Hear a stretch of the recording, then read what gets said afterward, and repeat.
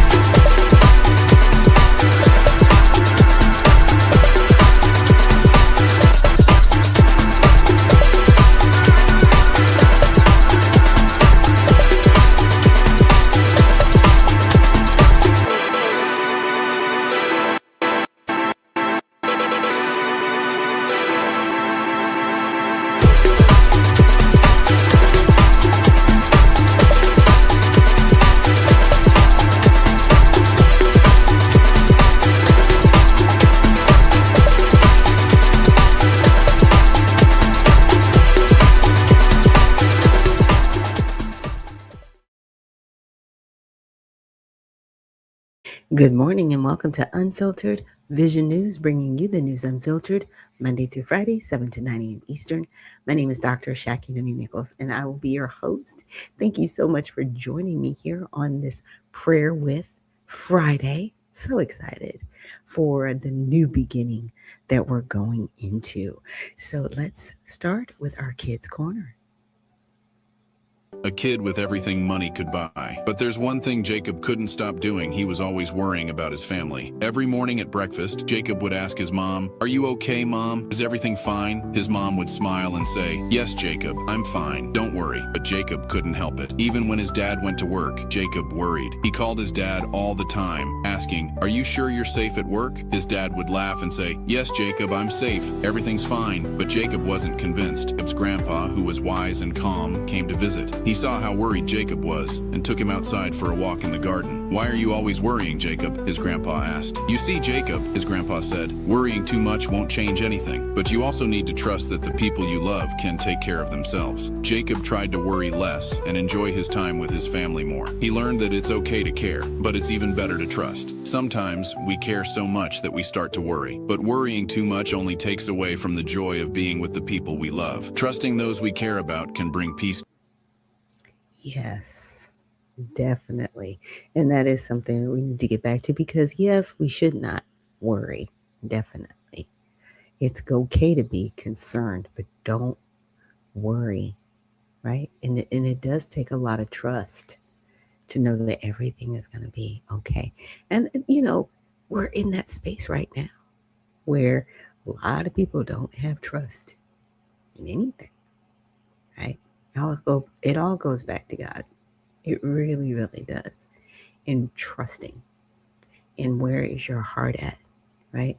Because trust me, I'm good at encouraging everybody else. Does everybody else feel like that? You can encourage everybody else. But when it comes to your own person, you're like, oh goodness, is everything going to be okay? Yes, everything's going to be okay. It really is. We all have our crash out moments, but we have to come back to reality and go, you know what? It is going to be okay. And it's okay, in my opinion, to have that honest moment. Don't fake it. Don't be like, yeah, I'm good. And if you're not good, talk about it. Don't stand there like, yeah, I'm great. Really? Are you sure? Because if you're not, that's okay. Because being honest about where you're at gets you to the next level, where somebody might give you a word of encouragement so that you worry less and trust more. And with that, let's get into honoring God with our body. So, God, please guard our mind and our thoughts. God, help me to fix my thoughts on what is true and honorable and right and pure and lovely and admirable. So, I will think about things that are excellent and worthy of praise. God, please protect our ears and help us listen to your voice. God, help me to be quick to listen, slow to speak, and slow to become angry. God, please protect our eyes from sin's damage. God, I make a covenant with my eyes not to look lustfully. God, please speak life over our mouths. God, set a guard over my mouth. Lord, keep watch over the doors of my lips. God, please help our hands to serve generously. God, help me to do good to everyone, and especially to those who belong to our family in the faith. God, please protect our reproductive organs. Help us to honor you, God, with purity. God, help me to honor you with my body. And God, please protect our feet as we walk along your path. God, let your word be a lamp for my feet and a light on my path. Yes. And if you are just joining us here this morning on Unfiltered Vision News, that is something that we say daily, or we may do something a little bit different. But right now, we are focused on honoring God with our body. And before we close out the show today, we definitely will have our prayer. And that is the whole purpose of Prayer with Friday. We don't have a guest this Friday praying for us, but I'm trying to get some to come on and pray with us and definitely give some encouragement. Now, where I wanted to start today, because yesterday I was asked a question about this meeting with the United Nations where Ghana got into a discussion about slavery and they took a vote on it. I'm trying to bring up the article really quick. There we go. It was a UN resolution urges reparations for slavery's historical wrongs. Now, I'm going to play briefly a commentary video from Lori. I think it's Lori Daniels. Yes, Lori Daniels. And so this is, you know, her account, right? I can't hold her like she was the arbiter of this. She didn't draft it, right? But she is an attorney. She does have her own but she was reading through some of the parts of this document and it was voted on. And her concern was how the vote panned out. And so I'll let you know. So there were 123 votes that were in favor. There were 52 countries that abstained from the vote. So they basically did a no vote on the vote. No, I should say they did. It's not a no vote. They abstained, right? And so that's why I call it. They didn't vote no, but they basically voted not to vote. They did a Pontius Pilate. Basically, they washed their hands and said this isn't something that we're gonna even discuss. If you guys want to vote on it, that's great, but we're not. We're not voting. And then there were three countries that voted no. Those three countries are Argentina, Israel, and the United States. Now, she doesn't get into the why they didn't vote because everybody does have their reasons of why they wouldn't vote for this. Okay. But she does bring up some concerns, different communities, maybe different perspectives. So I just wanted to tee that up. So as you're listening, right, you get a little bit like, oh, okay, right? Because this is all subjective, in my opinion. The United Nations, and we'll get into more of even why they exist, okay? Because I know a lot of times people are like, why do we even listen to them anyway? The biggest point of them being together anyway was after World War II is to basically have a place where dignitaries, representatives from all the different countries could come together and say, hey, these are the issues we're having with this country, or this is where we're at. And it's basically coming together to say, okay, globally, Everybody's good or everybody's not good, right? But it's not supposed to necessarily dictate policy in these other countries. It's pretty much a forum where you can bring grievances if there's grievances and have formal discussions, right, in a formal setting. So we didn't get back to another World War II. Okay. So again, just teeing it up for you guys.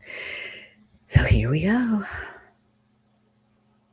Chattel enslavement of Africans, slavery, and the transatlantic slave trade as the most inhumane and enduring injustice against humanity. Now, some of the European nations was a little upset about this. They was like, well, why we got to say it was the most enduring? We don't have, well, they didn't say it in that voice. Why do we have to say it was the most enduring of all the disasters that befall humankind? There were other people who suffered, other people who went through things. Why must this be the most grave thing? And the answer to that is because none of them other atrocities created a multi-century intergenerational system of oppression that we are still living with today. It shifted time. It shifted paradigms. It shifted capacity. It made African people unhuman in the eyes of the rest of the world, and that system still persists today. So that's the answer to that question. Then when it goes to number 2, this resolution declares the trafficking of enslaved Africans and racialized chattel enslavement of Africans as the gravest crime against humanity. Keep in mind, prior to the enslavement of African people, we did not have chattel slavery. We had regular slavery. Now, regular slavery was still slavery. It's some bullshit. I ain't gonna hold you. But regular slavery was something that was happening all around the world. If you got captured in a war, you were gonna be enslaved to the winning group, and you were gonna have to work for them. You would be able to work your way up through society. Eventually, many people were able to buy themselves free or marry into the family and become subsumed into the group of people that had colonized you or won the war. Now, obviously, you probably didn't want that. You didn't want to lose the war, but you were still a human being. You still retained your rights to humanity. You were never considered property, and your children's children in perpetuity were not going to be born into the same state of enslavement that you were. That all changed with chattel slavery. Chattel slavery was brand new. Ain't nobody had heard of it before. So the people in the continent of Africa, the people all throughout the world who had already been engaging in a practice known as enslavement, which for many people would be more akin to what the Europeans were doing when it came to the feudal system, and you had the serfs living on the land of the nobles and the landlords, which is where we get the phrase landlords. It was a very different type of slavery because the enslavement of African people vis-a-vis the transatlantic slave trade and the slave trade of African people into Arab nations, that was chattel. You lose your humanity. You are rendered rights-less. You have no rights that anyone is bound to respect. You have no ability to resist. You have no ability to, in fact, when you resist, they say you're mentally ill and will give you diseases that they made up like drapetomania, right? So there is a fundamental difference in what happened during the enslavement of African people. Let's get back to this because I want to make sure that you all are able to see it, because we got more to get to. All right, I'm gonna have to do this in 2 parts. Okay, then the third thing is that it emphasizes the trafficking of enslaved Africans and racialized chattel enslavement of Africans as the gravest crime against humanity by reason of the definitive break in world history, scale, duration, systemic nature, brutality, and enduring consequences that continue to structure the lives of all people through racialized regimes of labor, property, and capital. This resolution recognizes that the trafficking of Africans and racialized chattel enslavement of Africans constitute violations of jus cogens, which is complementary law. Like everybody law basically know this shit was fucked up. And we didn't have to wait until 2026 to know it. Y'all knew it was fucked up back then because you had entire legal systems that were created to show. I do apologize. She uses a lot of profanity. So for those that have children that are listening, I do apologize. You how to punish black people for resisting, how to punish the non-black people who were trying to help black people resisting. So we knew that you knew, we knew that you knew, that we would know that you knew back then that this shit was fugazi. And so you don't get to say that the law of the time was very different. That's what the Netherlands tried to say. They were like, well, we believe that the transatlantic slave trade and the trafficking and chattelization of Africans was terrible, but we cannot say there was no international law that prevented it at the time. So is it really a violation of international law? Yes, bitch, it is, because y'all motherfuckers created international systems of oppression. Let's get back to the document. The resolution reaffirms its collective recognition of the profound and lasting impacts of the abhorrent regimes of slavery and colonialism and the persistence of racial discrimination and neocolonialism on Africans and people of African descent, and how this continues to cause immense suffering, cultural disruption, economic exploitation, emotional trauma, and unending discrimination endured by Africans and people of African descent throughout history. Number 6, the resolution affirms the importance of a addressing historical wrongs affecting Africans and people of African descent in a manner that promotes justice, human rights, dignity, and healing, and emphasizes that claims for reparations represent a concrete step towards remedying historical wrongs against Africans and people of African descent. Number 7, the resolution notes that in various historical contexts, reparations and other forms of redress have been provided in respect to other grave crimes committed against particular groups, reflecting the principle under international law that international wrongful acts entail a duty of reparation, and notes with concern that no comprehensive reparatory framework has yet been realized for the trafficking of enslaved Africans and racialized chattel enslavement of Africans despite its scale, duration. So I want to pause right there. So that particular section, as it's stated, there were other groups that have been acknowledged. Now, did they point out those specific groups? No. But it has it in there, right? Can we assume that they're talking about the Holocaust? We don't know because it wasn't pointed out. I just wanted to just pause right there. And enduring consequences. Next page, number 8. The resolution calls upon member states individually and collectively to engage in inclusive, good faith dialogue on reparatory justice, including a full and formal apology, measures of restitution, compensation, rehabilitation, satisfaction. Okay. All right. You heard the word compensation in there. I just want you to hold that word as she moves forward with her take on this. Guarantees of non-repetition and changes to laws, programs, and services to address racism and systemic discrimination. Number 9, it calls for the prompt and unhindered restitution of cultural properties, objects d'art, monuments, museum pieces. They said, bring us all our shit back. Museum pieces, artifacts, manuscripts, and documents, and national archives that are of spiritual, historical, and cultural or other value to countries of origin without charge, and urges the strengthening of international cooperation on reparations for any damage done, and recognizing that this leads to the promotion of national culture and the enjoyment of cultural rights by present and future generations. Number 10, it encourages member states to support initiatives aimed at reparatory justice and sustainable development for affected peoples, including consideration of contributions to reparations-related programs established by relevant regional organizations. Number 11, ooh, Lord, I forgot. Okay, I might not get through all of it. Damn it. Okay, The word contributions is also brought up. I'm gonna try. All right, number 11. Resolution requests the Secretary General, in coordination with the United Nations system, including the UN Educational, Scientific, and Cultural Organization and the Office of the UN High Commissioner for Human Rights, to strengthen coordination on remembrance, education, research, capacity building related to the trafficking of enslaved Africans and racialized chattel enslavement of Africans and its legacies. Number 12, the resolution encourages member states to make voluntary contributions to support coordination efforts within the United Nations system on remembrance, education, research, capacity building related to the trafficking of enslaved Africans, racialized chattel enslavement of Africans and its enduring legacies, and also encourages member states to cooperate with relevant initiatives of the African Union through capacity building, technical training, hold on, let me get it here, and support for cultural diplomacy projects of mutual interest. Number 13, it invites the African Union, the Caribbean Community, the Organization of American States, and other relevant regional and sub-regional organizations to collaborate with member states and United Nations entities in developing frameworks for dialogue. Mentioned American states. Again, there's just some things I want you to hold because I know she's reading through it very fast. Cooperation and action on reparatory justice and reconciliation. Number 14, it encourages member states to promote comprehensive educational programs, memorialization initiatives, and scholarly research on slavery, the trafficking of enslaved Africans, and racialized chattel enslavement of Africans and their consequences, including through curricula, museums, heritage sites, and public awareness campaigns. It requests the Secretary General to submit to the General Assembly at its 82nd session a report on the actions taken by states in implementation of the present resolution, including progress made in remembrance, education, and dialogue on reparatory justice. Number 16, finally, we made it, decides to include in the provisional agenda of its 82nd session the item entitled Commemoration of the Abolition of Slavery and the Transatlantic Slave Trade, to consider the report of the Secretary General.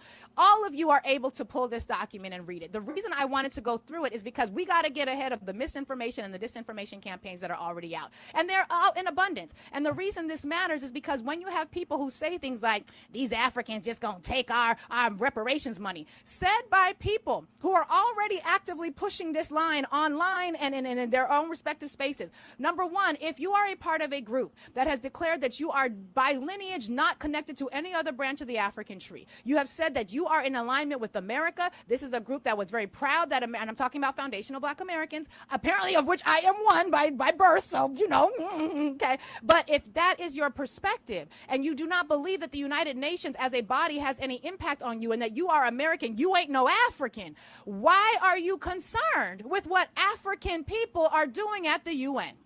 It doesn't concern you, remember? Because you said this wasn't your fight. You said you wanted reparations from America, and that was it. Everybody else should go somewhere else. So they went somewhere else. Why are you mad, friend? Why are you mad? Now, to be clear, there is concern, and I've seen it already. This is a money grab by the Ghanaians. Now, what's interesting about this is the rest of the world's interactions and responses to this have been glorious. It's been very interesting. It's been more muted here in the United States, not getting a whole lot of attention, mainly because America voted no in alignment with Israel and Argentina. But I want you all to take a listen, because this was a question that was posed to the members of the Ghanaian delegation. Is this going to be a money grab? Are you Ghanaians just here to take our UN money? But again, if you're American, it's not supposed to count because it doesn't work for you.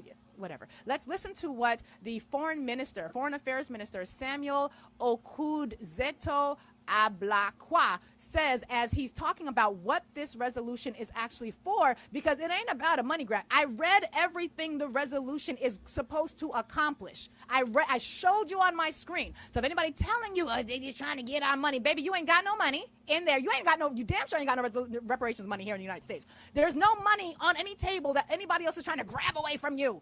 But just because I know y'all think I'm a tether, I'm actually a foundational Black American. We're going to get to that in a minute. I think that's hilarious. Pay attention to what the Foreign Affairs Minister had to say. Let's hear it. We have, in this resolution, talked about frameworks which are put in place that will take care of the consequences. We all know that the consequences of the transatlantic slave trade has been the lack of opportunity, discrimination, the degradation of people of color. So we have said, let's have frameworks that will serve as... How did we get from Africans to people of color? Just hold that. Endowment funds to support education, to support empowerment, to support... Endowment funds. Okay. For skills training, capital for entrepreneurs, and all of that. And we have made clear that African leaders or Caribbean leaders are not looking for money. It goes against our conscience to seek to profit from this. We don't want any payments made to us directly. We are talking about courses to deal with the structural inequalities. Come on.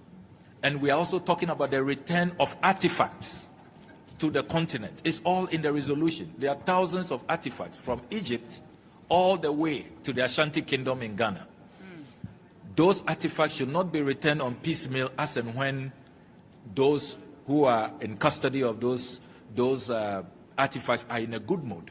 So we have outlined what must be done and to whom these redress should be addressed to. So again, it is totally wrong for a claim to be made that there is no clarity about who benefits from reparatory justice. I'm so glad that was made clear. Aren't you? I'm so glad that was made clear, because I really want us to be very clear about what this moment signifies. They were able to, the Ghanaians were able to pull together the international community, minus the whites and the apartheidists. They were able to pull together the international community to agree that the trafficking of African people, the chattelization of the enslavement system, are the gravest crimes against humanity. And then they provided, what is it, 16? Let me go back to the document. I want to make sure I'm citing the right number. 16 courses, pathways through which reparatory justice should be achieved. Did any of you hear me read anything about a check to any nation, to any people? You did not hear that, because that is not what is happening. And so it's very important that we have clear understanding and that we have clarity of the record. And that's one of the reasons why I wanted to have this conversation. Now, yesterday, while I was at, after the vote, I was able to, and I was so honored to host a global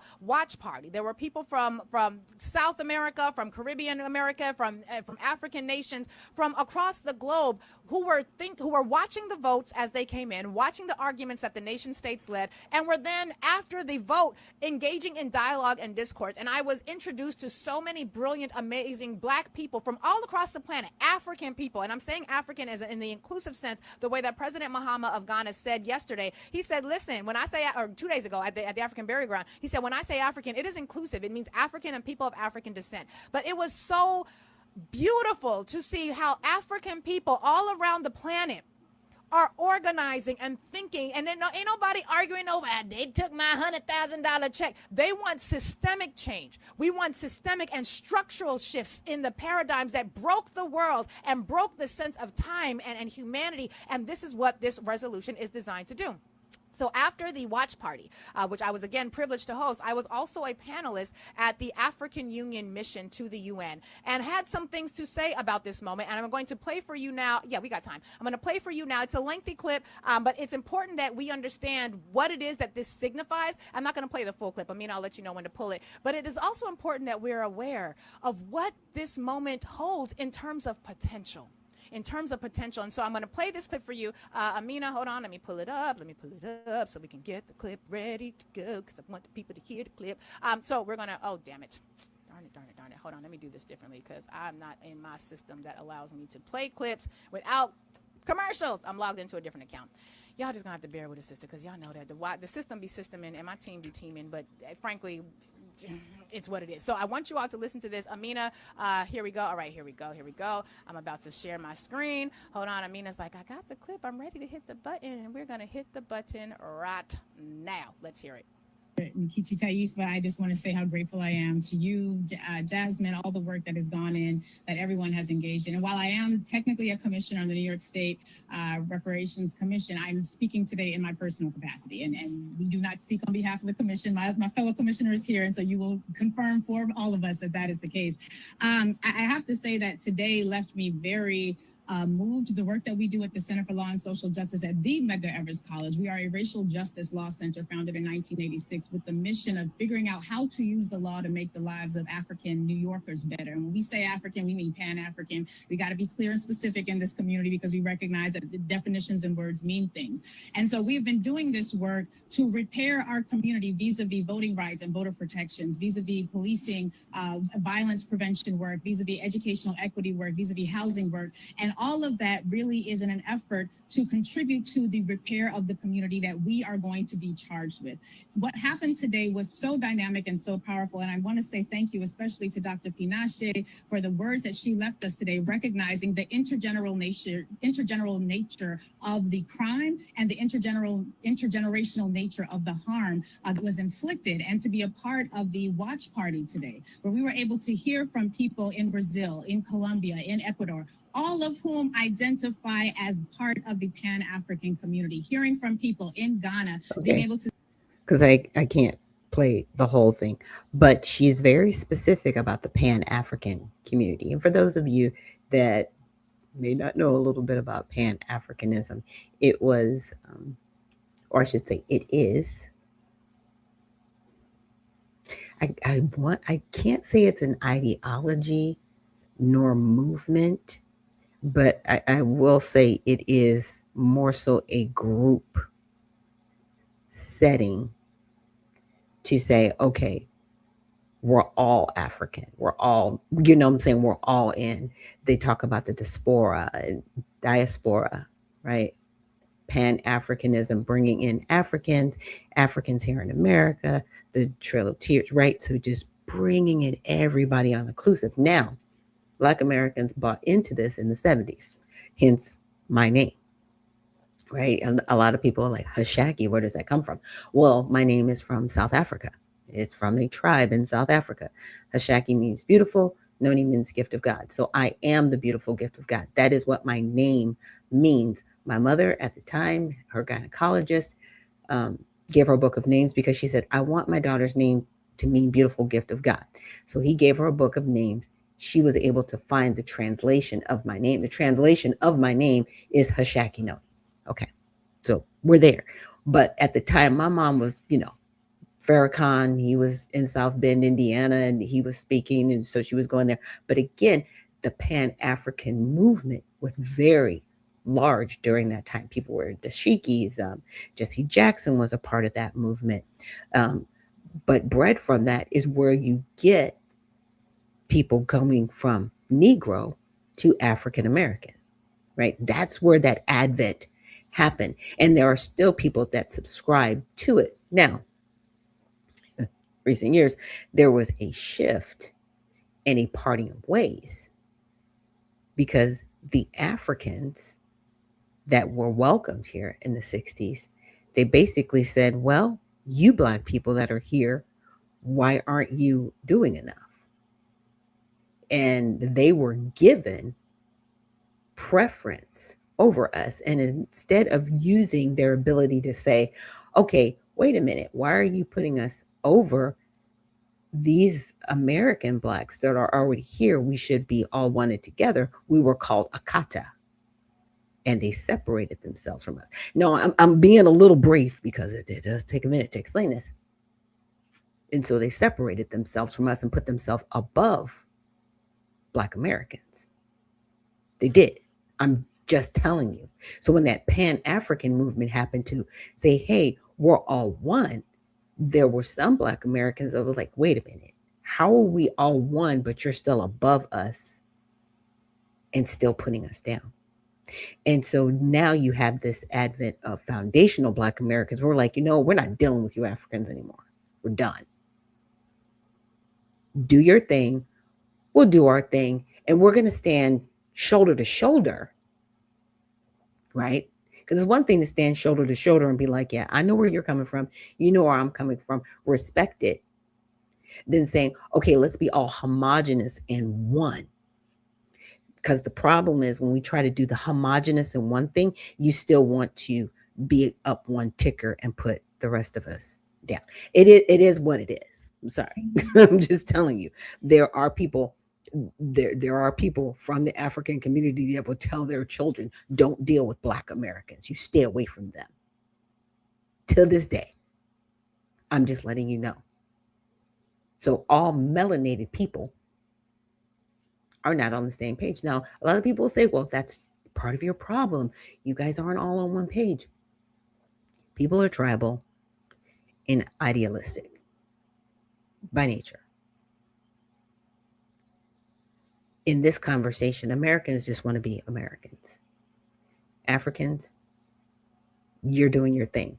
A lot of the language I noticed was language that people were talking about in 2022. When reparations really got some traction and movement and everybody started talking about it. Reparative justice. Yeah, those are things that I heard people who actually came up with those terms. Yeah. So I'm like, okay, I see you. I see the linguistics and what's happening.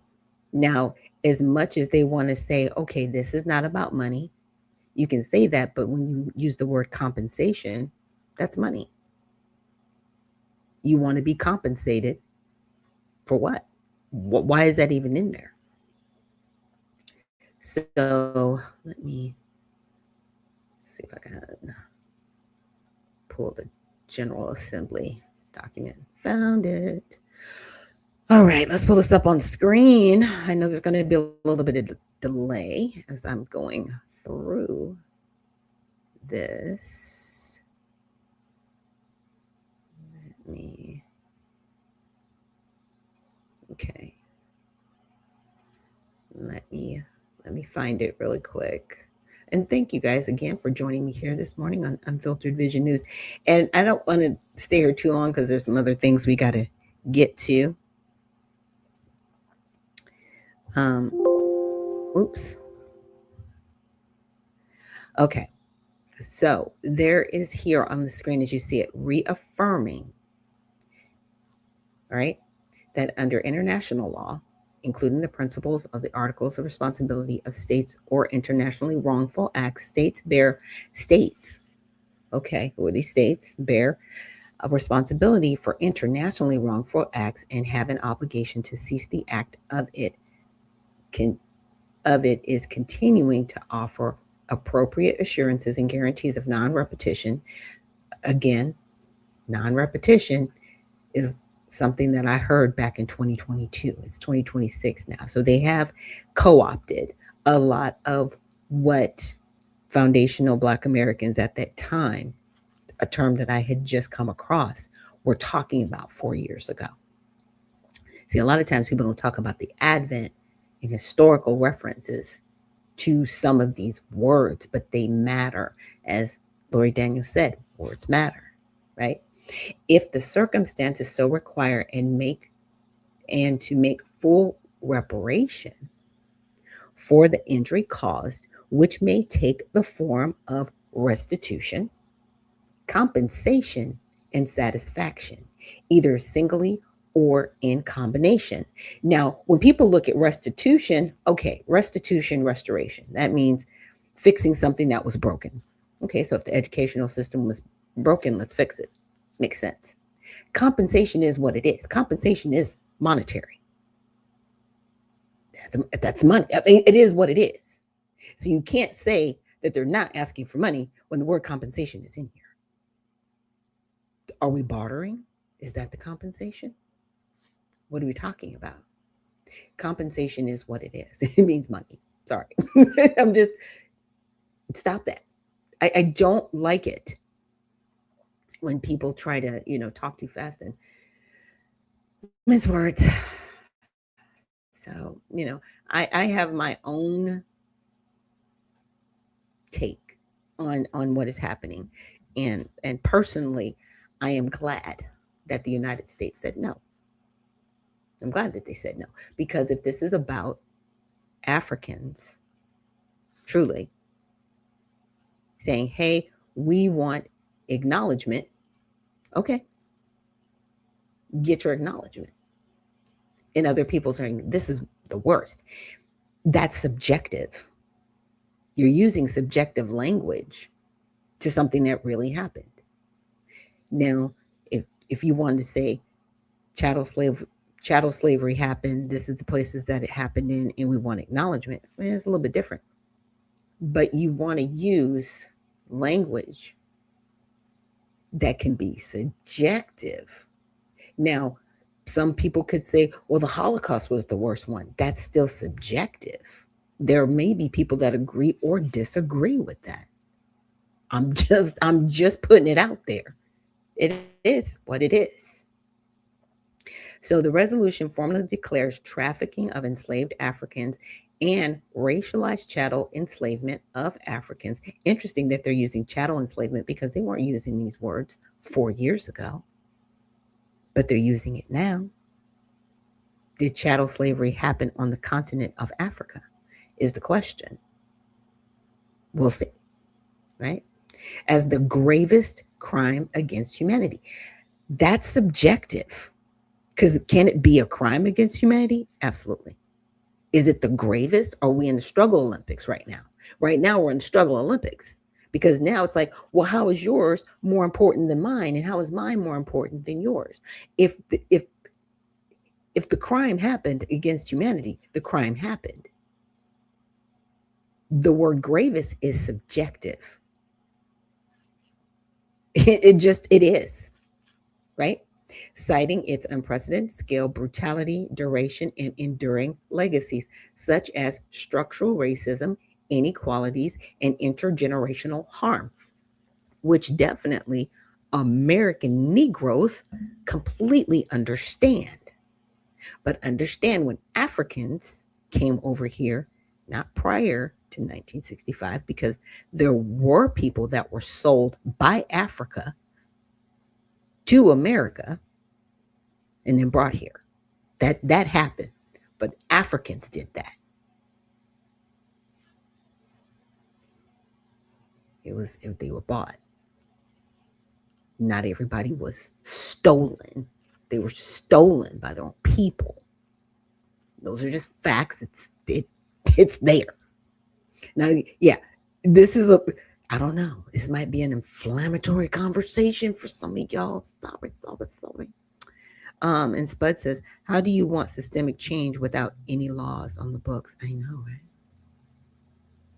And Grady says, Rawi, his buzz uh, gave me some bullet points. It says, did she just say this is not a concern of Black Americans? How, when they're complicit in the sale of us, they need money to pay us? Yeah, it's like I said, it's a very interesting conversation because on the one hand, she says this is not about money, but on the other hand, I just read and showed you in the documents is compensation. Compensation is money. I'm not weird. Just saying. Now, it condemns these acts, links them to broader impacts of slavery, colonialism, neocolonialism, and promotes frameworks for reparatory justice. Again, these are terms that were coined in 2022. And they're making it seem like they just came up with this language. They've been working on this for a long time. Right? This includes education, remembrance, research, restitution of cultural artifacts, dialogue and apologies, restitution, compensation, and systemic changes, while clarifying it's not primarily about direct cash payments, but empowerment, skills training, and addressing inequalities. The host corrects misconceptions. It's broader than just the transatlantic trade, also covering other African trafficking, right? Celebrates the overwhelming global support and highlights its significance for Pan African unity and international discourse on historical justice. Here's how the votes broke out. 123 countries voted in favor in agreeing that it was the greatest atrocity, right? They agreed that it was the gravest crime against humanity, right? Now, 52 abstained, which means they were like, we're not voting on this. 3 voted against it. It was the United States, Israel, and Argentina. But she never really gets into why they voted that way. She just assumes why they voted that way.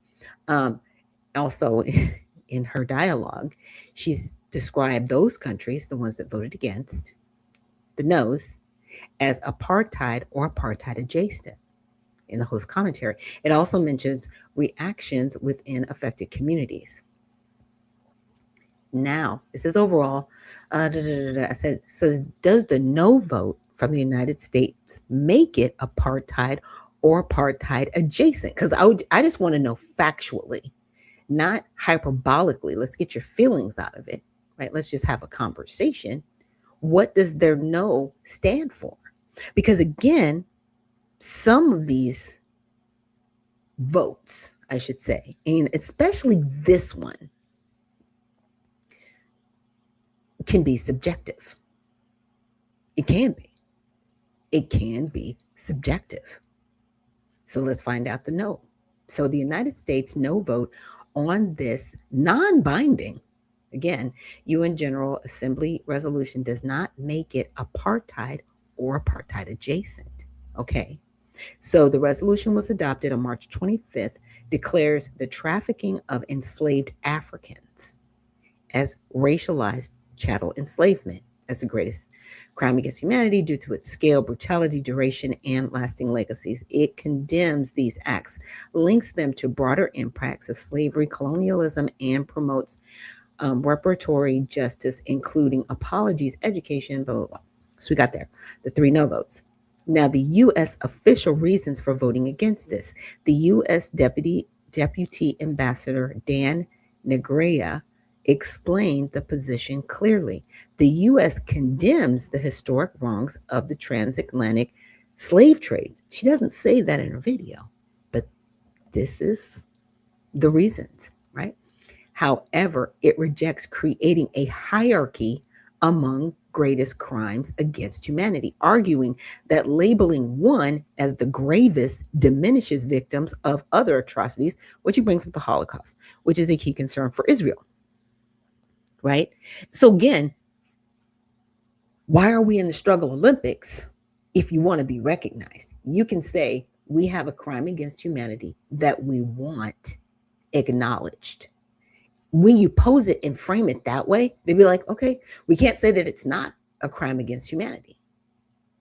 But when you use adjectives, you get into the struggle Olympics. Because again, the Holocaust, they can say, well, that was one of the gravest, right? That we saw.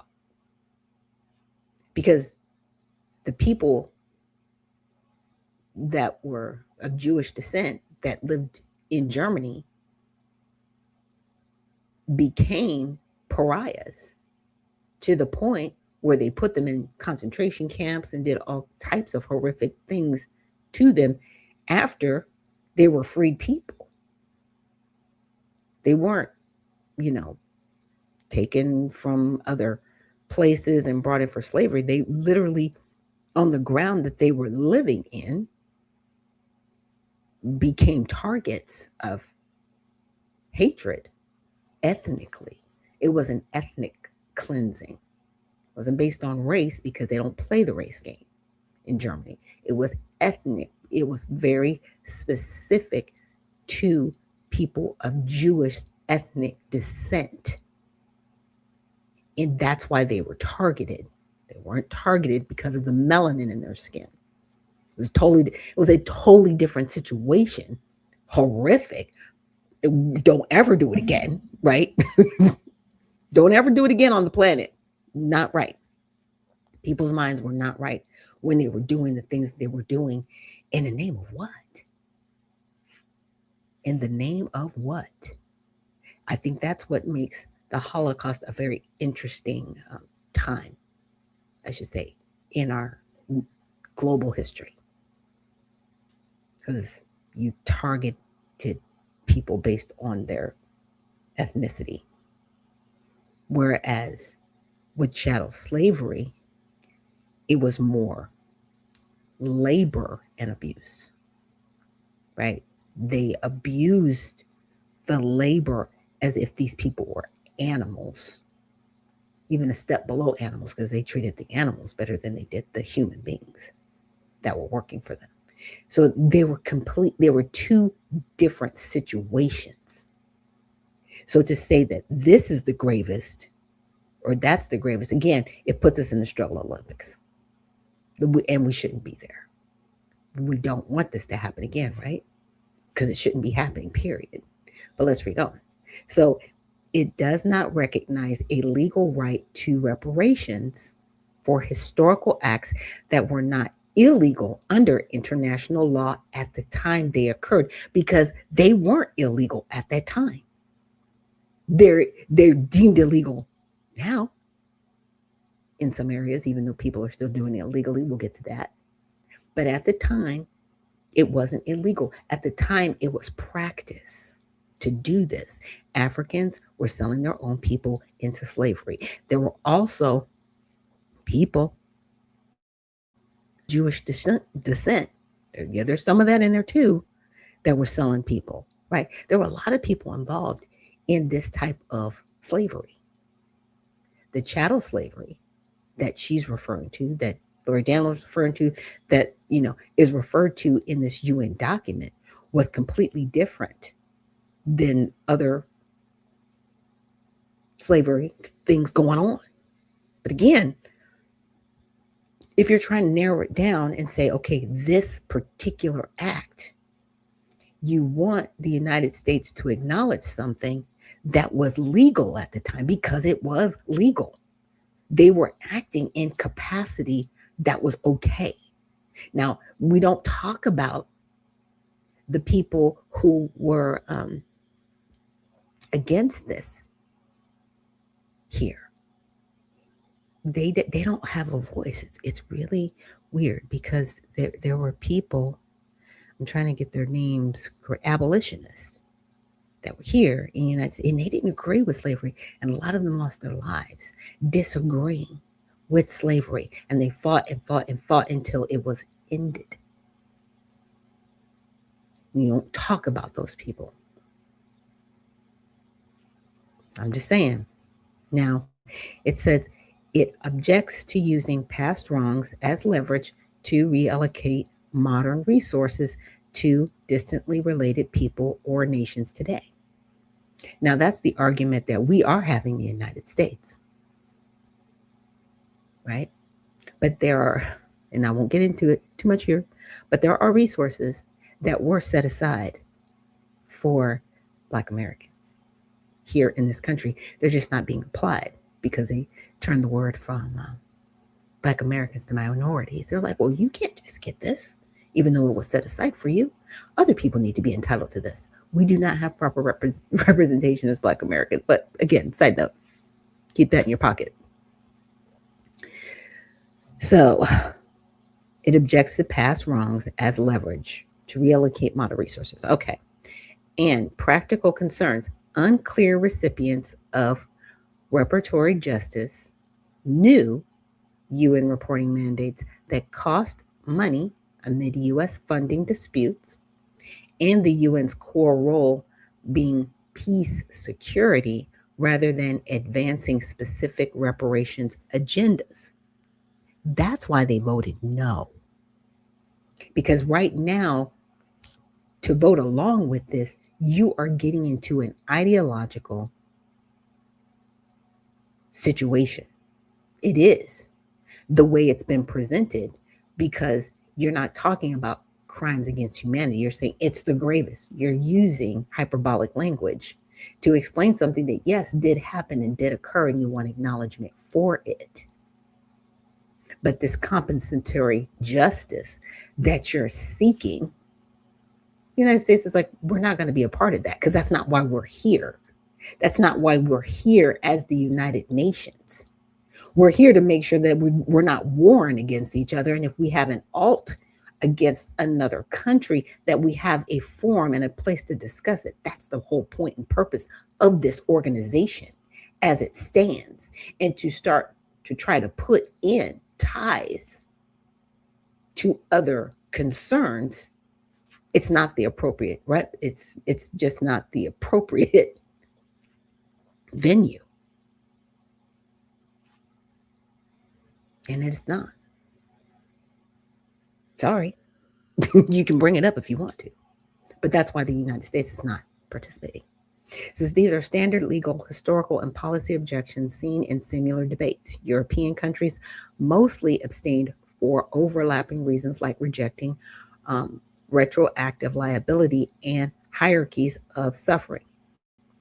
What apartheid actually means: apartheid refers specifically to the system of institutionalized racial segregation, discrimination, and white minority rule enforced by the South African government from 1948 to the 1990s. It involved passed laws, forced removals, denial of voting rights, citizenship to the black majority, separate inferior facilities and education, and violent suppression, all explicitly based on race to maintain dominance.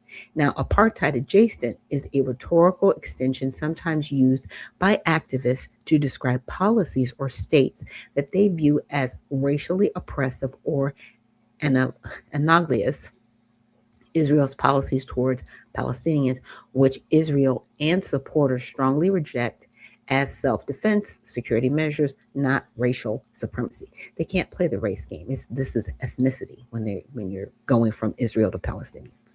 It's ethnicity. It's not race, but people like to get involved in the race game.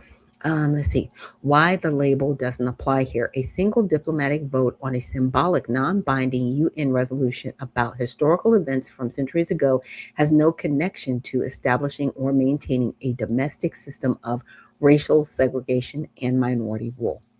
The U.S. is a multiracial democracy with black population of 13 to 14%, including descendants of enslaved people, immigrants, etc., where slavery was abolished in 1865 via the 13th Amendment, followed by the civil rights laws, voting rights, affirmative action debates, and ongoing political participation across racial lines. Black Americans vote, hold office, serve in the military, judiciary, and participate in the economy, none of which matches apartheid's legal disenfranchisement and separation. Because there was a time during Reconstruction where everybody was living pretty peacefully. I mean, you have disagreements here and there, but we had black representation. People were in Congress. Then, after John Adams, and he decided to pardon the Confederate Army when they were released, they got into the judicial system. and they became police officers. And then you saw the Jim Crow laws after Reconstruction.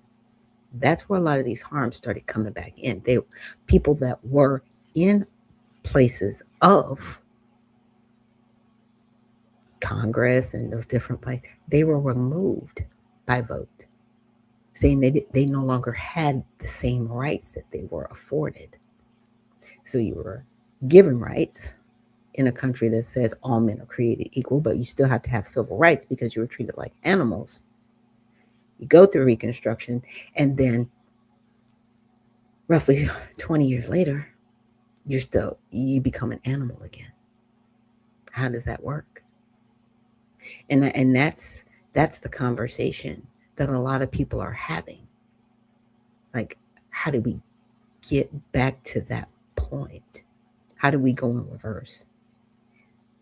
In the UN, they're talking about centuries ago, from something at the time international law was okay, and nobody did anything about it till later, till like 1981 to be specific. So disagreeing with reparations frameworks is a substantive disagreement about law, history, causation of modern outcomes, incentives, and practicality, not evidence of supporting racial supremacy or segregation today. Many countries, including former slave trading European powers, abstained or had reservations for similar principled or pragmatic reasons, framing a no vote as proof of apartheid is rhetorical tactic that conflates policy disagreement with moral condemnation of an entire society system.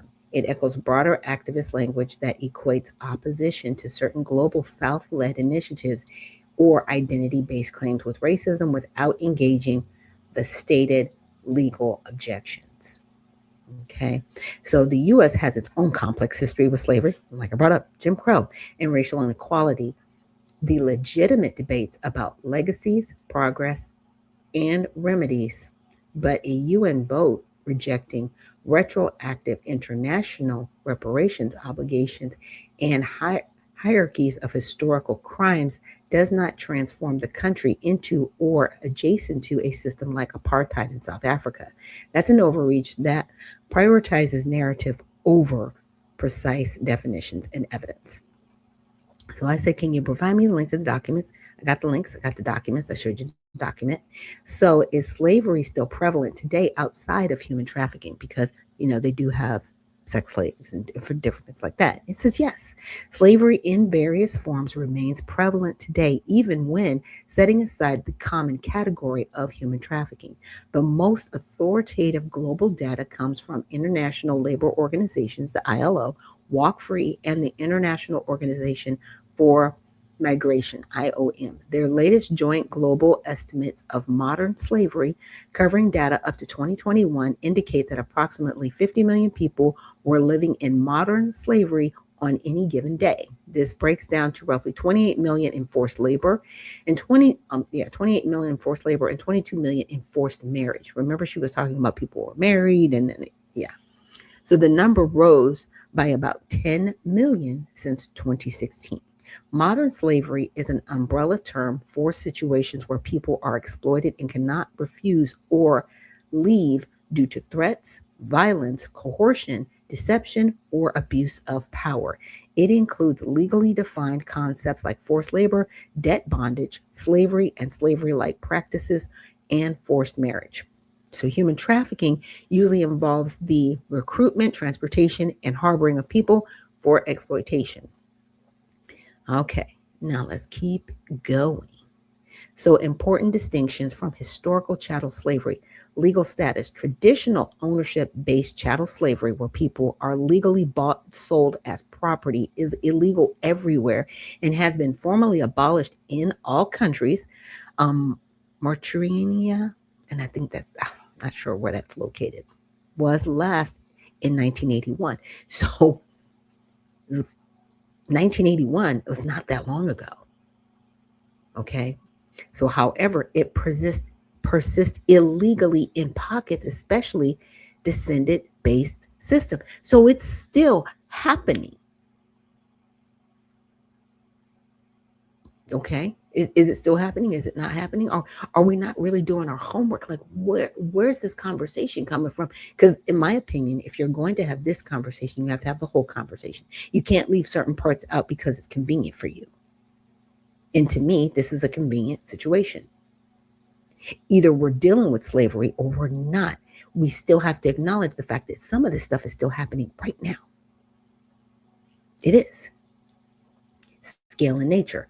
Today's issues are often hidden in ordinary work or family structures rather than open markets. They are driven by poverty, conflict, migration vulnerabilities, discrimination, weak governance, and demand for cheap labor and goods. Not the same as all bad labor conditions, right? Forced labor requires coercion and inability to leave freely. Poor wages or bad jobs alone do not qualify. Okay? So the problem has worsened in recent years due to conflicts, climate impacts, economic shocks like COVID-19, and migration pressures. No country is immune, though government responses vary widely. So even though it's not as widely practiced as it was back in the 1400s, 1500s, where international law said, yes, you can go and buy some humans and bring them over to work. What's the problem? It's frowned upon. It's like, no, you can't do that. But it's not that it isn't still happening. It is. It's just, where is it happening is the question, right? So I say, can you briefly explain the purpose of the United Nations and when the United States joined? So the purpose of the United Nations, right, is to maintain international peace and security, develop friendly relations among nations, promote respect for human rights, fundamental freedoms, encourage international cooperation on solving economic, social, cultural, and humanitarian problems. So they might consider this a humanitarian problem, right? The famous opening of the preamble captures the spirit. We, the peoples of the United Nations, determined to save succeeding generations from the scourge of war, which twice in our lifetime has brought untold sorrow to mankind. That's in the preamble. So it was designed after the failures of the League of Nations and the devastation of World War II, with the goal of fostering global cooperation, tolerance, justice under international law, and better standards of life. The United States joined and is a founding member. The UN Charter was signed in San Francisco, June 26, 1945. The U.S. Senate ratified it overwhelmingly on July 28, 1945, a 9-2 vote. President Harry Truman signed the ratification on August 8, 1945, making the U.S. the first country to complete the process. The UN officially came into existence on October 24, 1945, when enough countries, including the 5 permanent Security Council members, had ratified the charter. The U.S. has been a member since the very beginning and serves as one of the 5 permanent members of the UN Security Council with veto power, because we're one of the founding members, right? So in short, the UN exists primarily to prevent another world war and promote peaceful international cooperation. And the United States helped create it and joined in 1945. So I said, has the UN tried to act as a secondary government to the United States to dictate policy, for example, Agenda 2030? Okay, this is no. The United Nations has not tried to act as a secondary government that can dictate U.S. policy. The UN is an international form created by sovereign states, okay, including the U.S. as a founding member.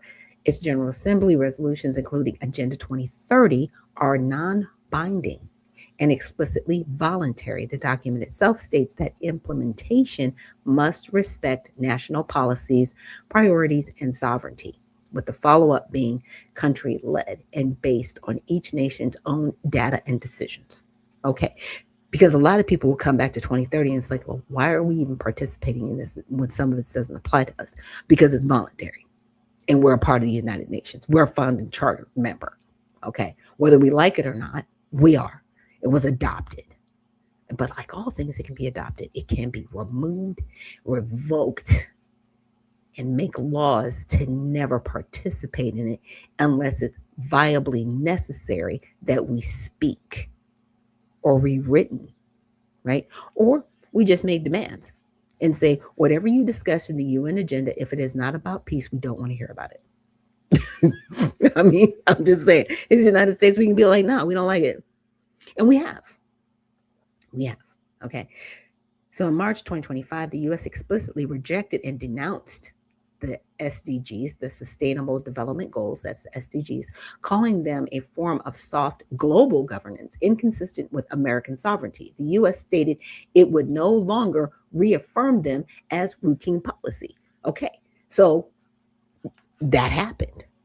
But if you get another president that agrees with it, it'll be back. That's why I keep slipping back and forth. Because I know people are like, well, why does it? That's why. Under President Trump, he's like, we're rejecting all of that. Other people are like, we're rejecting all of that. But there is a strong force that have gone along with it. Sorry I'm spending so much time on this, but this is important because this is kind of why we are in some of the nonsense that we're in right now. So the UN has no enforcement power over U.S. domestic or foreign policy. It cannot pass laws, impose taxes, or override the U.S. Constitution, Congress, or President. The U.S. can ignore, abstain from, or vote against UN action it disagrees with, as seen in many votes, including recent ones on reparations or sustainability reaffirmations. Okay, it's all voluntary. Still voluntary. It's more of, like I said, it's more of a group conversation. Hey, we're not going to do bad things to one another. And if we are in some type of conflict, let's at least have a forum to talk about it with one another. Let's at least come here. But it's when you get into these ideological conversations, and Agenda 2030 is an ideological conversation. The harmful resolution, in my opinion, that happened in the United Nations and it's affected globally is the replacement migration that everybody was like, oh, that's just a fallacy. No, it's not. And the one country that's not on there, and I'm going to show you guys, is China. China's not on there. North Korea is. Japan's not on there. North Korea is. Interesting. But most of the other countries that are listed there are European. And they said in the replacement migration that people were going to be coming from other Middle Eastern countries to take over and repopulate these Western countries, and it's happened. Yeah. So at the time of the formation of the United Nations, were there any wealthy families working with the federal government to establish the UN? Yes. At the time, the UN's formation in 1945, certain wealthy American families, most notably the Rockefeller family, collaborated with the U.S. federal government in supporting the establishment and location of the United Nations. So they provided significant private support. J.D. Rockefeller donated the land, about 17 to 18 acres along the East River in Manhattan, for the permanent UN headquarters in New York. This $8.5 million gift, roughly 83 to 85 million in today's dollars, was arranged through his son Nelson Rockefeller and was crucial in securing New York as the site after the locations were considered or rejected. The donation occurred shortly after the charter's adoption, but helped solidify the UN's presence in the United States.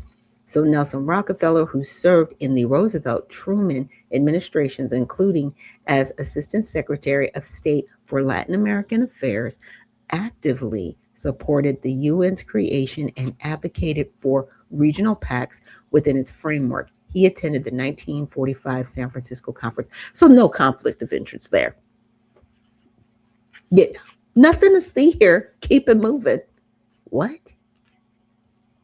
Oh, it was just a donation of land. And you're already in the government. Yeah. In my opinion, that's called paid influence. But we all know that's happening. And those are the things that people have a problem with our government. It's that paid influence. It's that right there. It's that twisting that knife, right? So the Rockefeller Foundation had previously supported internationalist efforts, including aspects of the earlier League of Nations and continued involvement in global institutions. Now, some people know about the Rockefellers, some people don't. They're not the best bunnies in the bunch. We'll just put it that way. Other elite networks, such as members of the Council on Foreign Relations, CFR, right?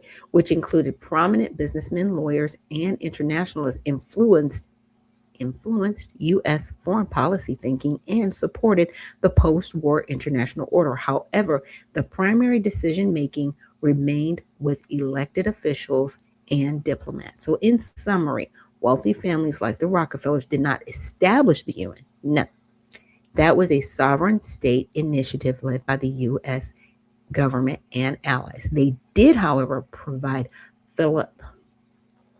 philanthropic and logistical support, right? Especially for the headquarters because they donated the land and had overlapping personal and ideological alignment with the internationalist goals of Roosevelt Truman administrations. This reflects the common pattern of public private cooperation in major U.S. foreign policy initiatives at the time. Claims of secret control often exaggerate this into conspiracy territory, but the documented philanthropic role is real and openly acknowledged. The reason why I wanted to bring that in this conversation is because you can see how this current conversation of reparations could be considered, ideological. It can be because the Pan African movement is based in ideology. You either agree with it or not. And you have to agree with the ideology to go forward with the movement of Pan Africanism. Now, some people can say foundational Black Americans are an ideology. Are they? If people identify as a foundational Black American, they are identifying it as my people were foundational to this country. They were here prior to 1776, and they were a part of the foundation of building up the United States.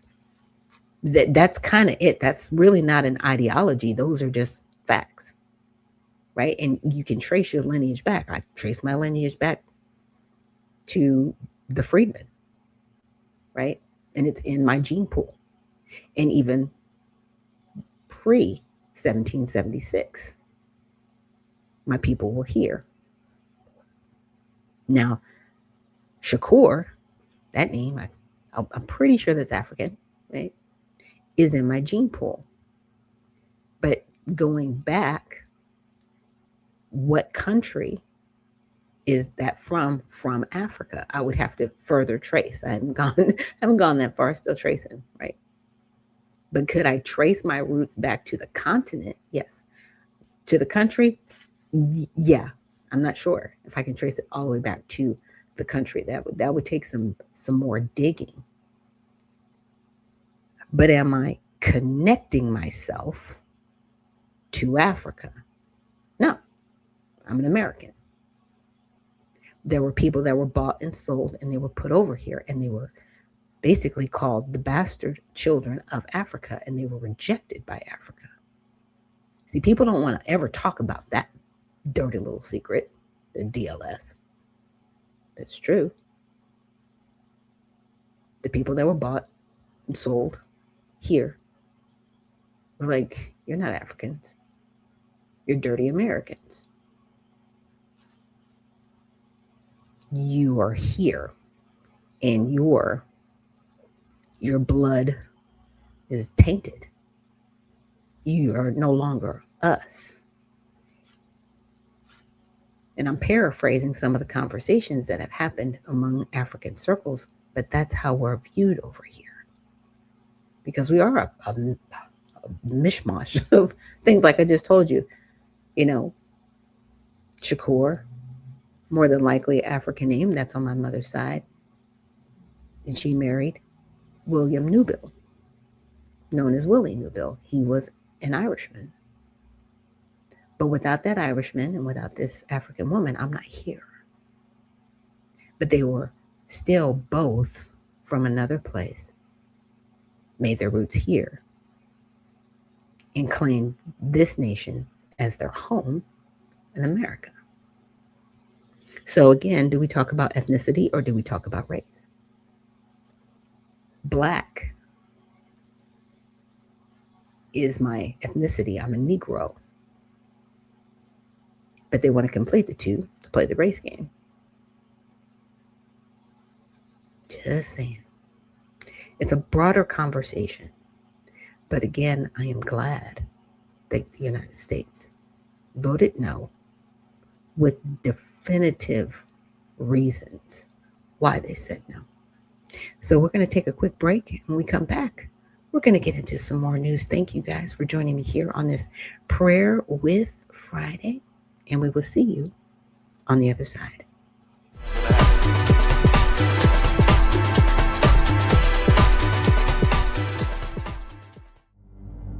A life empowered is closer than you think. We're all looking for a better way. Reimagine what's next with a new sense of exuberance. Why not power on like you mean it? Or power off blissfully? A better sleep is a better awake. You've never moved like this before.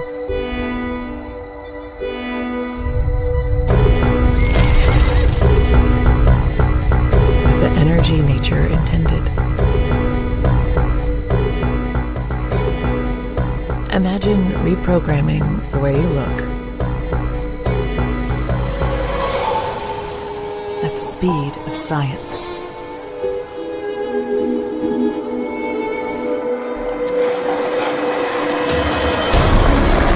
At longevity. At exhilaration. It's next level rejuvenation. Taking your well-being from the inside out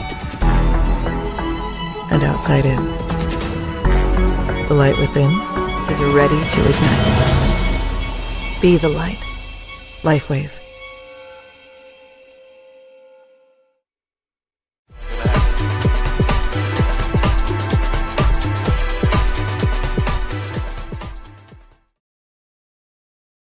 And we are back. Thank you so much for joining me here on Unfiltered Vision News, bringing you the news unfiltered, Monday through Friday, 7 to 9 a.m. Eastern.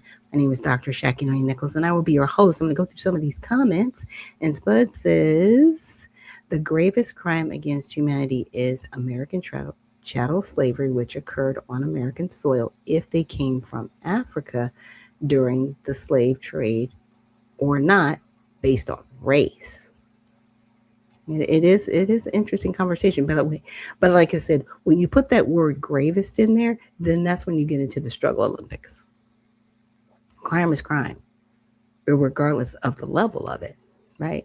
And the fact is, are we going to acknowledge it as a crime? Going back to why are we acknowledging it? And what are we actually doing about it? Because I just read to you, some of these atrocities are still happening today. Right now. Beyond Skeptical says, have you ever listened to the English translation of Hitler's speeches? It's kind of stunning. I haven't. Chris says, the blacks, the Barbary pirates of North Africa used to kidnap the white Europeans and put them into slavery. The blacks are not innocent of being cruel and inhumane either. Not saying they're not. Like I said, I did not give an innocence pass. I'm just saying, when the United States voted no, they said at the time, international law, it wasn't looked at as a crime to just kidnap people or to sell them into slavery or to just move them and just, nobody was like, hey, like you can't do that. No one was doing that. They were just kind of doing what they wanted to do. And again, they're still doing that today. Outside of human trafficking, there are still people being put in some type of slavery in different parts of the world. How is the world dealing with it? Just saying. It is a conversation that needs to be had. And Cajun Lady, thank you so much for joining us with your red, white, and blue hearts. And Spud says, why Ghana never came to get us back? True question and statement. You never came to fight for us. You never put an army together and said, hey, those are our people. You cannot have them. We want them back. But now we're having a conversation where we want you to acknowledge the harms that were had. Can you generationally find the ties? What is your lineage that spans from there to here? Is a bigger question, because lineage doesn't go into any of that conversation. It's just more of a broad conversation. We want you to acknowledge this harm. If you want somebody to acknowledge the harm, you have to give it a root and a start and a basis. Because we all know that chattel slavery happened. Nobody's discounting that, right? But the reason more so now is, why do you want to present this? What is your real end result that you're trying to get? And I know that they've outlined that in their charter, but again, that's the conversation that we're having.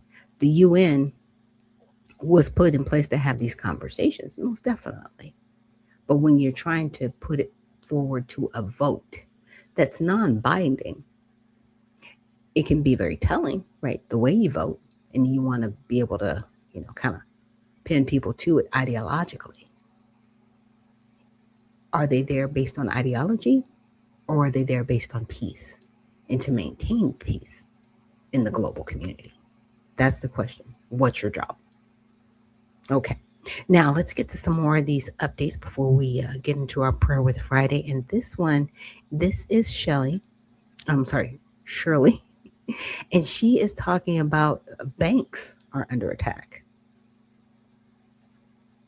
Everyone, due to the conflict in the Middle East with Iran, now they're threatening to attack U.S. banks and also major cities that are soft targets. Now, if they are attacking U.S. banks, it leads us to the question, is your money safe? And in this video, I'm going to break down what you need to do to protect yourself if these attacks happen to the banking system.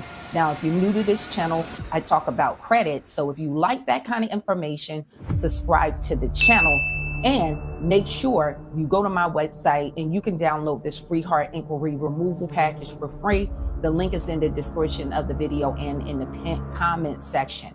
So here's what they're threatening and what's going on. So watch this. I think that we can expect Iran to engage in 4 types of hacks that they've done before. Number 1, go after our banking system. Number 2, hack the systems that underpin our oil supply. Number 3, our critical infrastructure like water. And finally, mis and disinformation for our elections. They've done all these types of hacks in the past, and I think we can expect more like them in the future. Jake Braun is a former senior counselor to the Secretary of Homeland Security, now head of the Cyber Policy Initiative at University of Chicago. Braun telling the I-Team one of his first events for the White House was traveling to Pittsburgh after Iranians hacked a water treatment facility in 2023. Our critical infrastructure is quite vulnerable. They look for outdated systems that haven't been patched. They're weak spots. We've already seen what Iran's cyber capabilities can accomplish, a country known for its ability to sow chaos with a few strokes on a keyboard. After Operation Midnight Hammer last year, designed to obliterate Iranian nuclear capabilities, Tehran-backed hackers targeted U.S. banks, defense contractors, and oil companies. They have new AI weapons.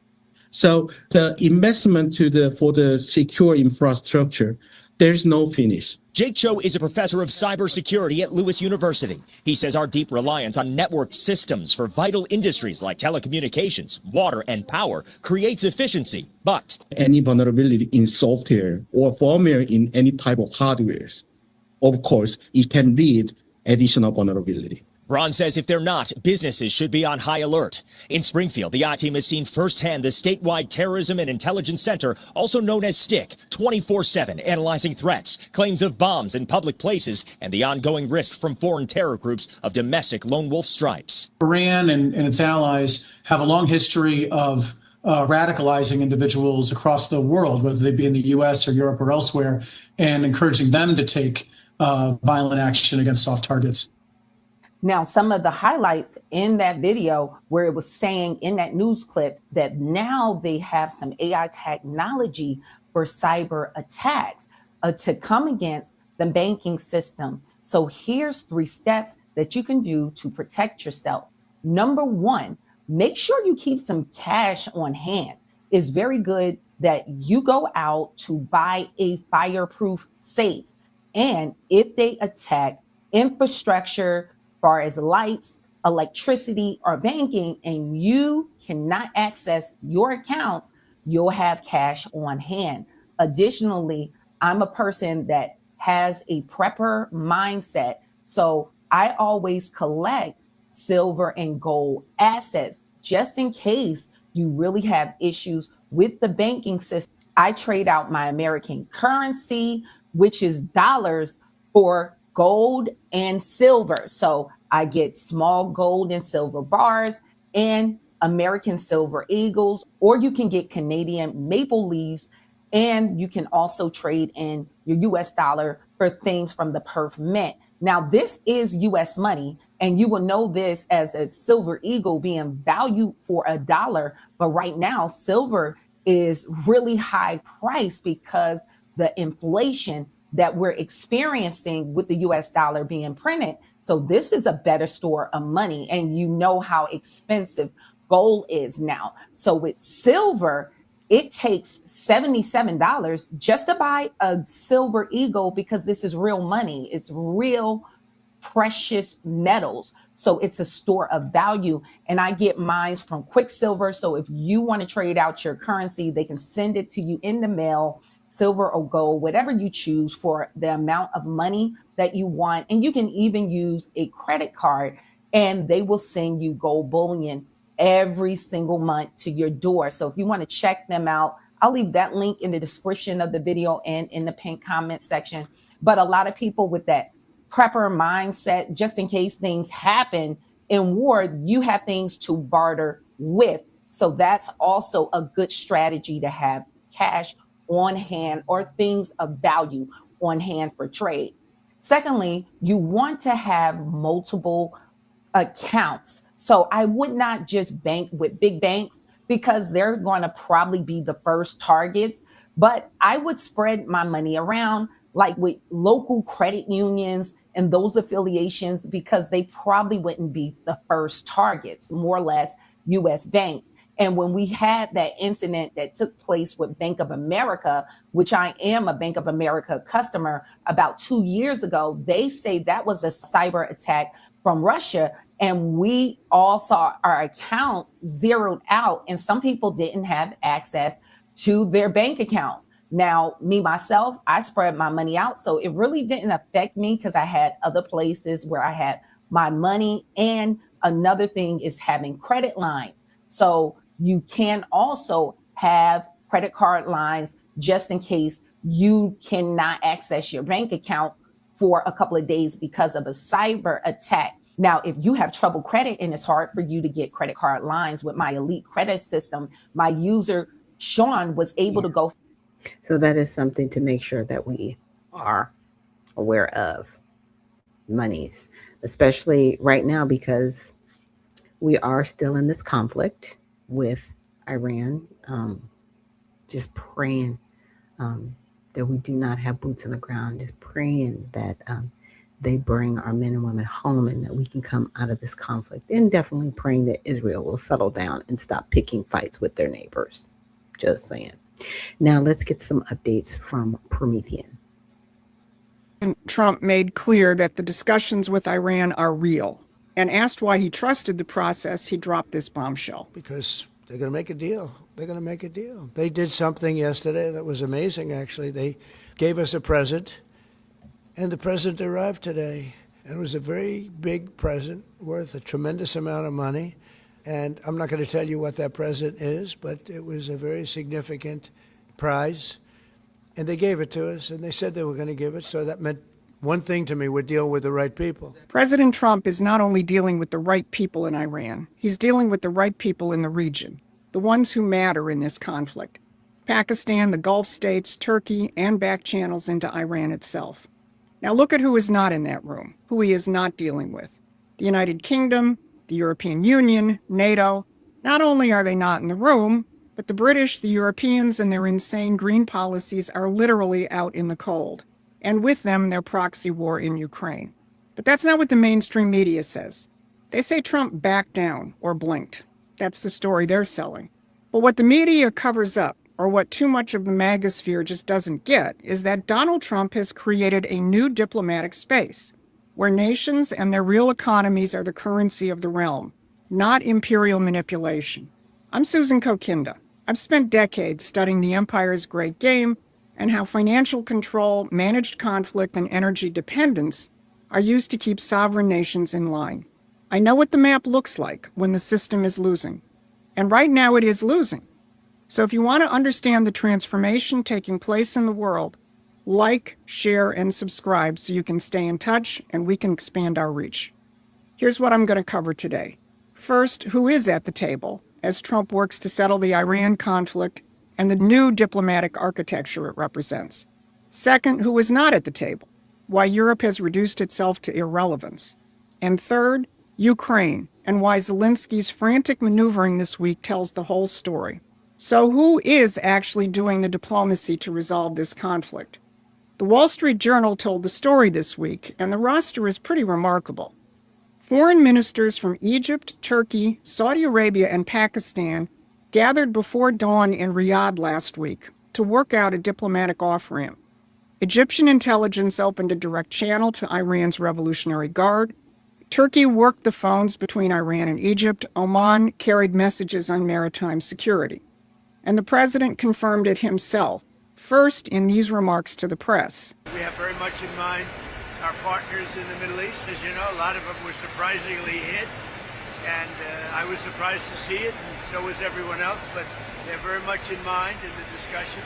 And then the president acknowledged Pakistan's role by reposting Prime Minister Sharif's statement, which said, subject to the concurrence by the United States and Iran, Pakistan stands ready and honored to be the host to facilitate meaningful and conclusive talks for a comprehensive settlement of the ongoing conflict.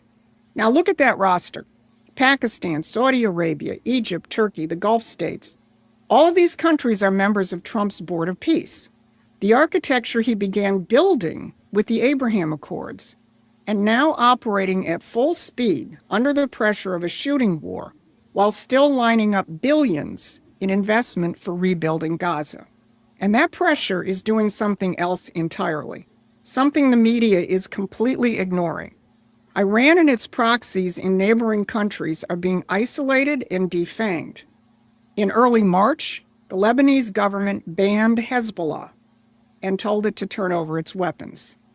Then the Palestinian Authority publicly condemned Iran and sided with Saudi Arabia. Did you catch that?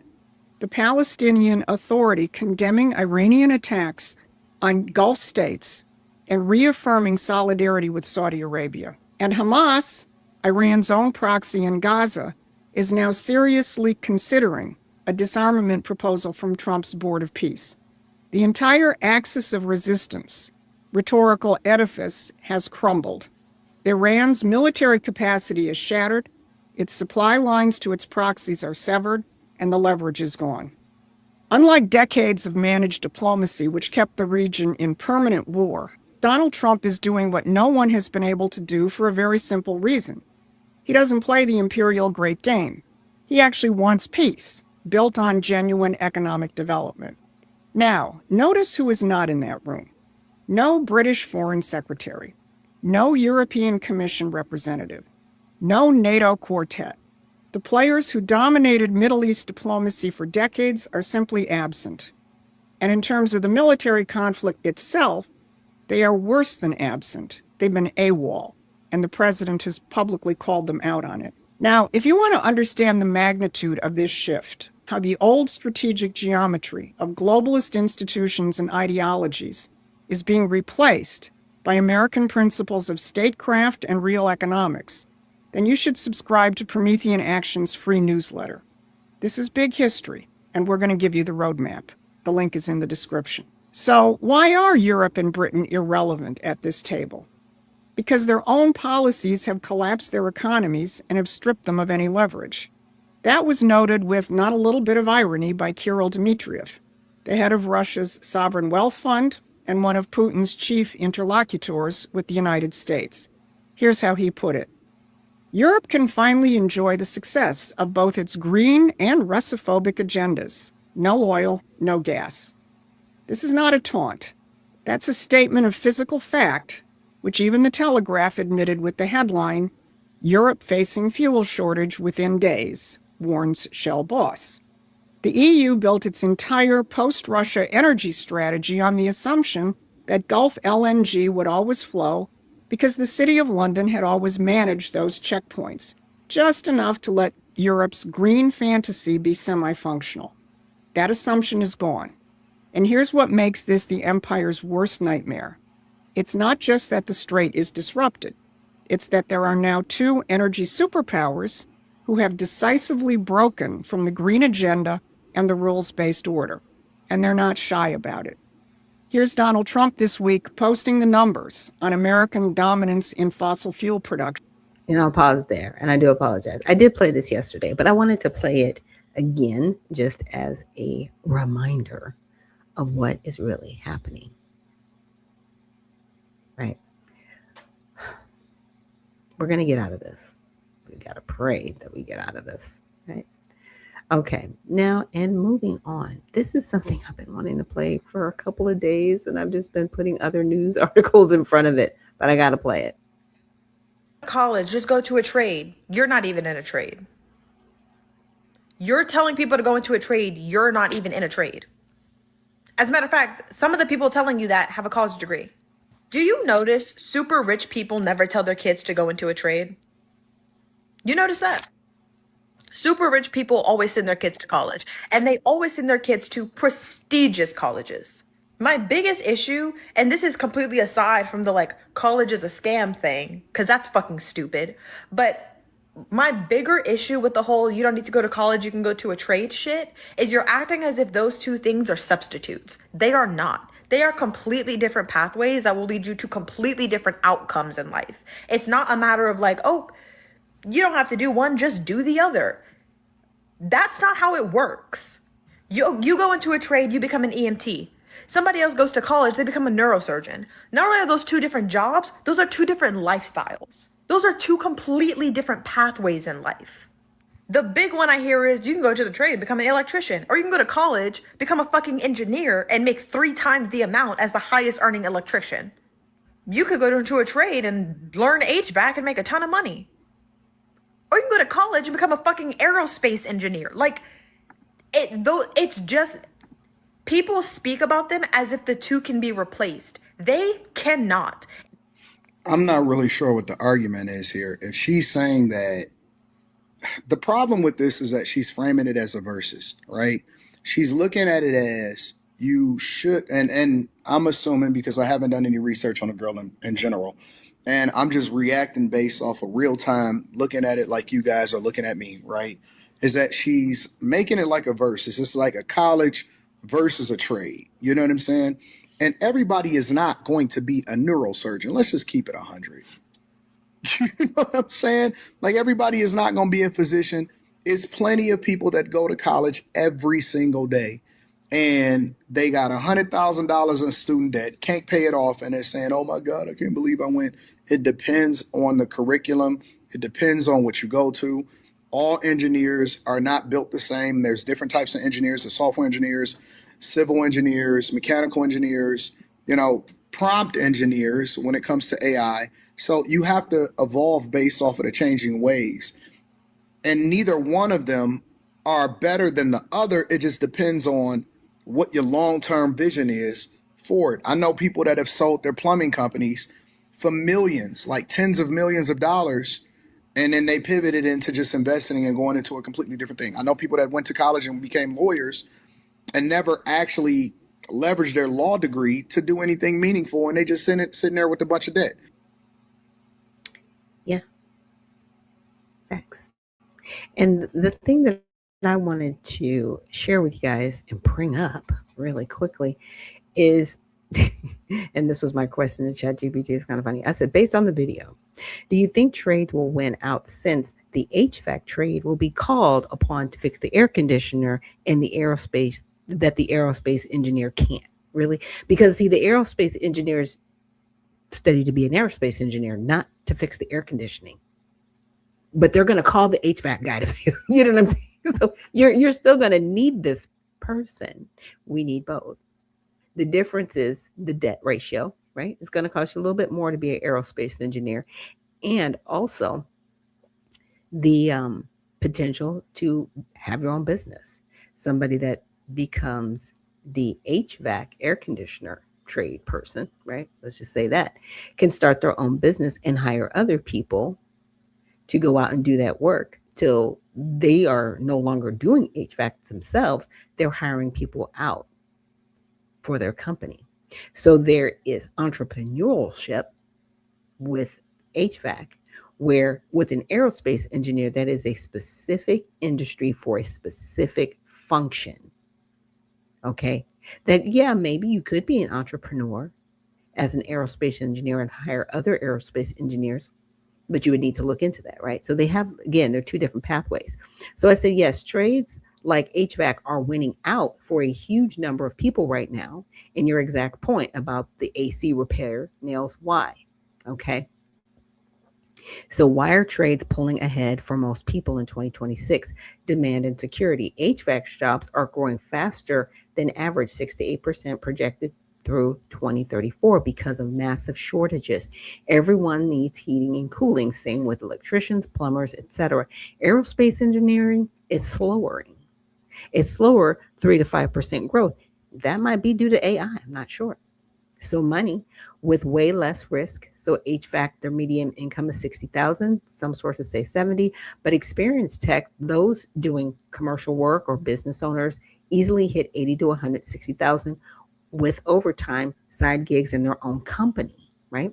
No 100,000 student debt hanging over them, right? Aerospace engineers medium is higher, it's about 122 to 130, but you're looking at 4+ more years of school plus debt plus competition. So the pool is smaller, you have more competition, and you have more debt. Where HVAC, there's really not a lot of competition because they're building more houses. They're still going to need more HVAC people. It is what it is. It's a numbers game, right?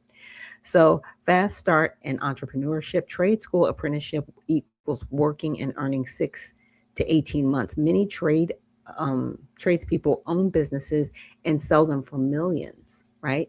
College grads and safe degrees often start at 45,000 to 55,000, buried in loans. Yeah. So the old college equals rich, trade equals loser snobbery the woman in the video is pushing is dying. Skilled trades are out earning a ton of college grads right now because of shortages and zero debt. AI can't crawl into your attic or diagnose a refrigerant leak yet. They can't, right? Physical essential work like HVAC is booming because even though your refrigerator says, hey, you're out of eggs, you still are going to need somebody who knows how to fix the refrigerator to fix it because AI can't fix itself. It's not self-sustaining right now. So there is that, right? And there is that. I just had to bring up that comparison. I'm like, oh my goodness. Now I wanted to get into the SAVE Act a little bit, and let's get an update going. Now there was another conversation that happened in Ohio. It's more of some drag things that are going on. I might have to hit that Monday, but I wanted to play this video.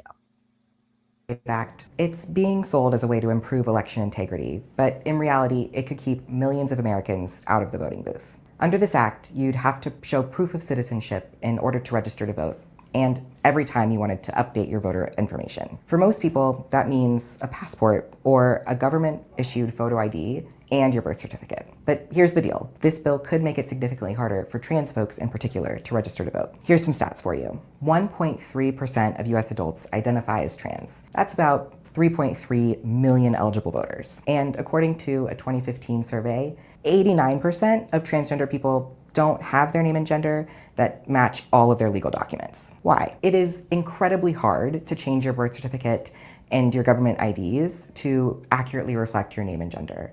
And the Trump administration is making that only harder. Real talk, the SAVE Act is not about election security.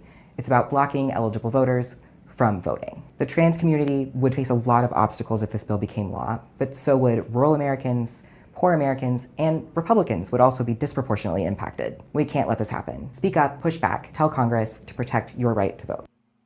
Have y'all heard about... Okay. Really? Stop that. Um, if you need your birth certificate, you can request one online, right? The people that it's going to really impact, and this is just my opinion, right? It's going to impact people who are not born here when it comes to a birth certificate, even if they're naturalized, right? It's going to affect them. But if they're naturalized, they do have access to their birth certificate and it is in a database. Why? Because they're naturalized. They had to go through the process and it is a formal process, period. You don't just get here and be like, hey, you're naturalized. That's great. No, they've pretty much gone through a 5 to 10 year process to get naturalized here in the United States. So there's that. The trans community is going to have an issue because if you were born as Bob and you try to show up as Susan to vote, it's not going to work, right? Because you don't match your birth certificate. Not anybody's fault nor problem. That is your personal decision, period.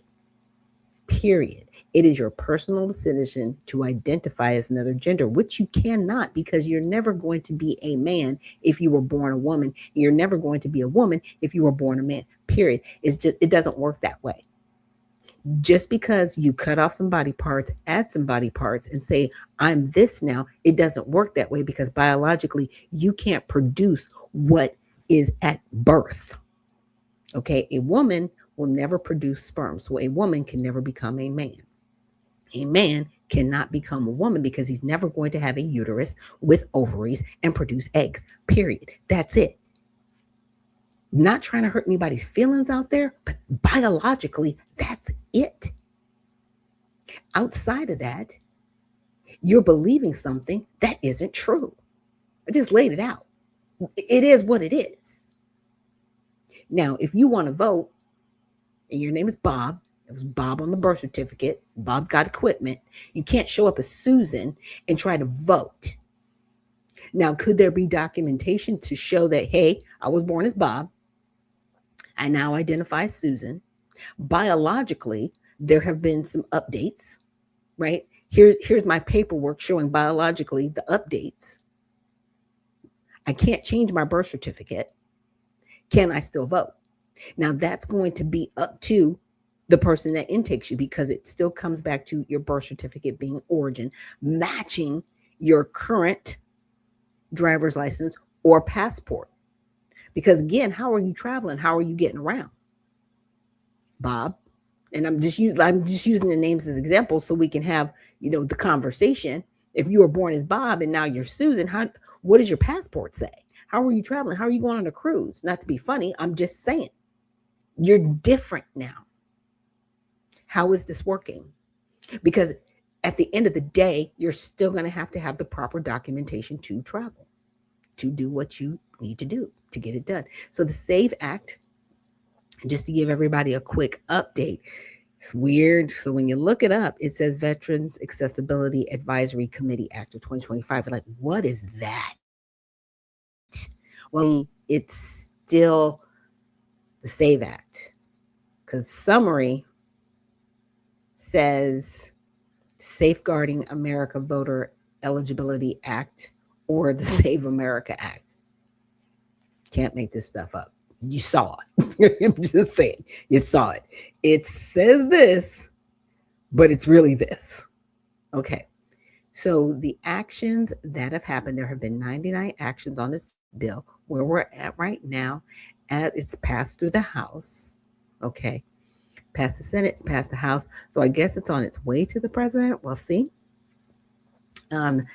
It had, let's see, cloture amendment not invoked in the Senate by yay, nay vote. They got 53 yays, 47 nays.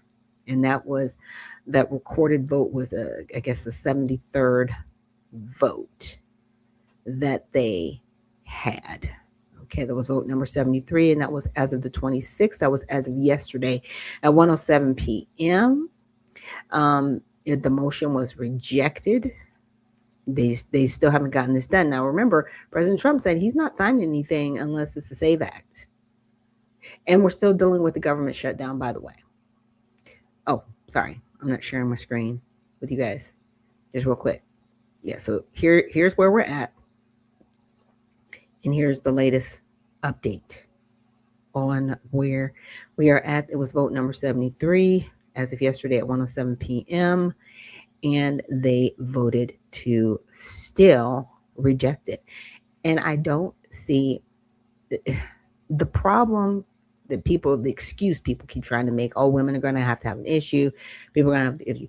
Okay, there are roughly 3 million trans people that are going to be affected. Yet you are going to be affected. Nobody told you to make this decision. Nobody forced it upon you. Okay, you decided to do this, and nobody should have to capitulate to, accommodate you either. Okay, I'm a married woman. My name was changed. I had to go through Social Security. You know why? Because I wanted a bank account in my legal last name, which I decided to change. And so I had to go through the process of going to the Social Security office, getting my Social Security card updated. Why? Because that triggered everything else. I had to go in there with my birth certificate, with my marriage certificate, and say, hey, I just got married, want to change my maiden name to my new married name, and it was all good. And we were done. And that was it. Now, for somebody getting married, it's typical. Get your last name changed. But for somebody who says, I am a totally different gender, which is believing something that's not true, because you cannot truly change who you are. You can't. Biologically, you can't. A woman, again, will never produce sperm. A man will never produce ovaries. Biologically impossible. It just doesn't work that way. Even if you were to do a transplant, it just doesn't work that way because your body doesn't function that way, period. So stop believing things that are not true. That's where we're at. Okay. All right. And with that, we are going to get into our prayer for Prayer with Friday, because there's a lot to pray about, you guys. So God, thank you so much for today. Thank you so much for everything that you're going to continue to do and everything that you've done. We are so, so grateful for our lives that you've given us. Right now, the world is in conflict, God. There are so many conflicts going on, especially in the Middle East. We are praying for the brave men and women that are there. We are praying for the lives that have been lost and the families that have been left behind. And we are praying for peace. God, we are praying that you just keep people safe, Father, just to see the bombings that are going on. And people don't think about the individuals that are on the ground. Whether you agree with them or not, life is precious, Father, and we're praying for protection for all individuals that are there. We are praying that this conflict gets resolved as soon as possible. God, we're praying for your hand to be upon our world, Father, and to save us from ourselves, God. Again, we're thankful and we're grateful for everything. We're so grateful just to come before you, Father, and I'm praying for those that are going through an identity crisis, I should say, with the gender ideology. Father, you made us perfect in every way, and you didn't make mistakes. As you made each one of us, we're all different. We definitely are. But you made us perfect even within our imperfections. And I'm praying for those that, don't like who they are and don't like the way they were born, to really come to terms with who they are and love themselves, Father, because to want to mutilate yourself to be happy isn't somewhere that anybody should be. And so I'm praying for them. I'm praying for their hearts to be restored, God. And as we go into this new beginning, going into Saturday and Sunday, Father, just to get a little bit of rest and refreshment, Father, I pray that we can keep our hearts and minds focused on you. It's in Jesus' name we pray, in your Son, Yeshua's name. Amen. So with that, you guys have an amazing new beginning, and we will see you on Monday for the Monday recap. So remember, stay well, stay focused, and stay unfiltered. We'll see you in the next one.